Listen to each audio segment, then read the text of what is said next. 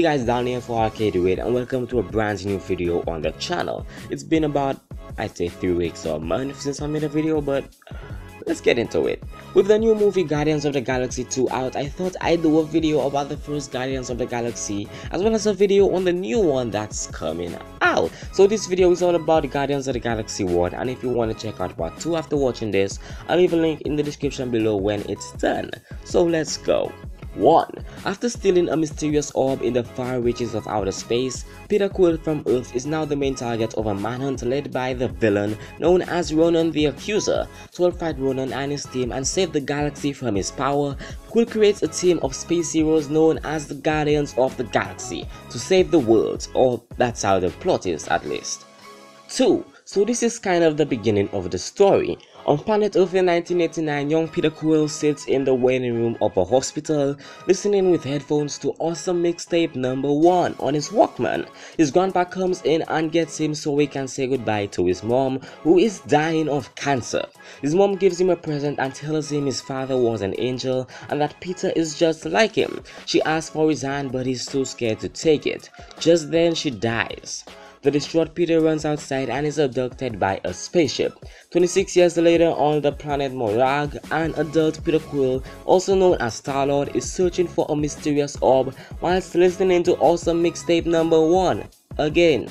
He finds the orb and takes it out of a laser enclosure. Almost immediately, Korath and his henchmen find Peter. After a shootout, Peter makes it to his ship, the Milano, and escapes. After this, the actual actiony part of the movie rolls out. 3. When Dave Bautista found out he got the role of Drax the Destroyer, he broke down in tears, overjoyed at getting a Marvel comic book role. He literally got an acting coach so he could prepare for the role. 4. Vin Diesel recorded all of his lines in several different languages, including Russian, Mandarin, Spanish, Portuguese, German, and French, so that they could use his real voice in the film around the world. 5. Chris Pratt apparently stole his Star-Lord costume from the set for the sole purpose of having it available so he could show up in costume to visit sick children in the hospital who might want to visit Star-Lord. 6. James Gunn stated that Chris Pratt's audition was so good, he was prepared to offer him the role even if Pratt did not lose weight or get in shape in time.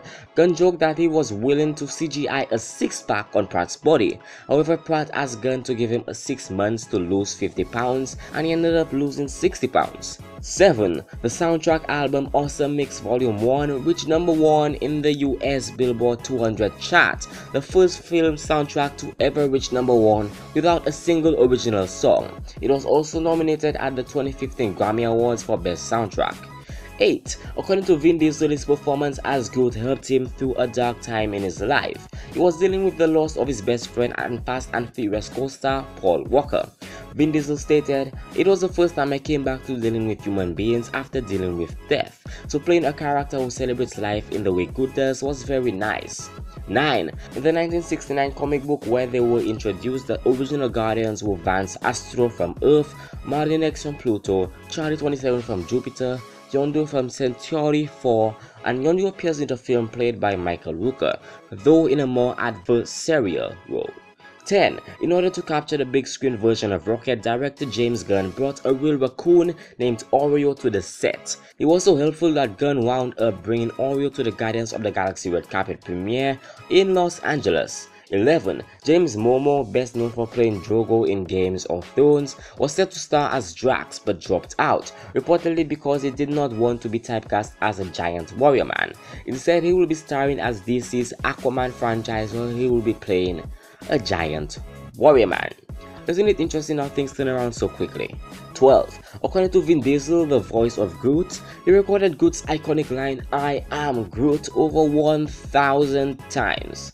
13.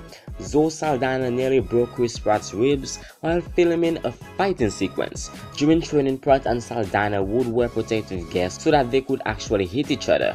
However, when the day came to film the scene, Pratt forgot to wear his protective gear and did not tell Saldana because he thought she would hold back if she knew. Saldana, under the impression that he was wearing the gear like he usually did, kicked him square in the ribs, which made Pratt fall to the ground.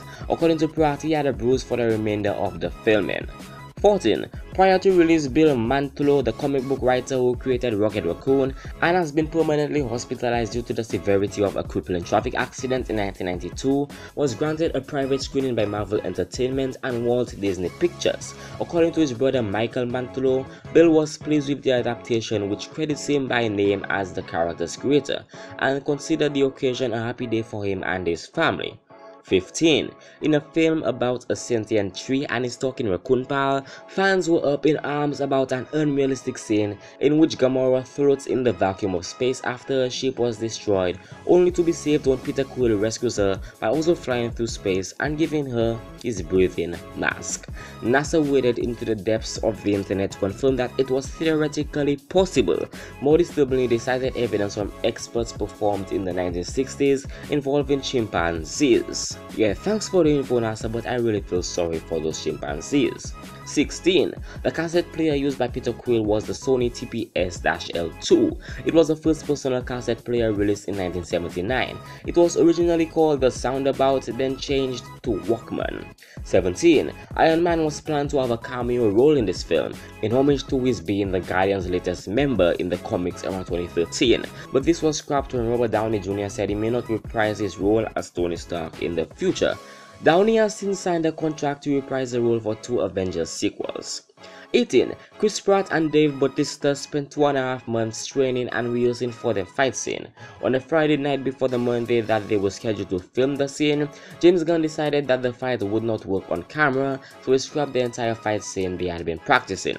Gunn also decided he wanted the entire fight to be filmed in one long shot with no cuts. As a result, Pratt and Bautista only had a few hours to learn the choreography for the fight sequence, which was in the movie. According to Bautista, it took them 22 takes to get it right on film. 19. After filming finished, James Gunn gave Dave Bautista a Drax lunchbox to add to his collection of vintage lunchboxes. Meanwhile, Bautista gave Chris Pratt and Zoe Saldana some custom WWE Championship belts. Nice. 20. According to the filmmakers, Rocket Raccoon in this film is a unique product of experimentation. He is a little animal who was taken and experimented on and pulled apart and put back together again and implanted with some cybernetics, and is half machine and half raccoon. And he is a gnarled, miserable, angry creature because there's nothing else like him. 21. At one point, Quill calls Rocket Ranger Rick, a reference to the long-running children's nature magazine, which features a cartoon raccoon with that name. 22. Chris Pratt thought it was extremely important to have the physicality of a comic book hero to play Star-Lord. Growing up, he had always been fascinated with the autonomy of comic book heroes, and he would always draw them as very cut and ripped, and felt he had to appear similar in order to do the role justice. 23. Because Bradley Cooper wasn't available to be on set for most of the shoot, the physical part of Rocket Raccoon was played by the director James Gunn's brother Sean. This led to several lines being improvised that weren't in the original script, as well as a fulfillment of James Gunn's lifelong dream of ordering his little brother around. 24. When Vin Diesel started recording his lines for Groot, he was pleasantly surprised to find himself working with an old friend, Doc Kane, the sound technician he worked on with the Iron Giant from 1999.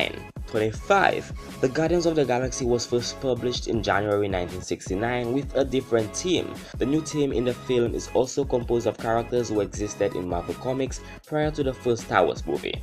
Star-Lord appeared in Marvel Preview number 4 from January 1976. Rocket Raccoon appeared in Marvel Preview number 7 from summer 1976. Gamora appeared in Strange Tales number 180 from June 1975.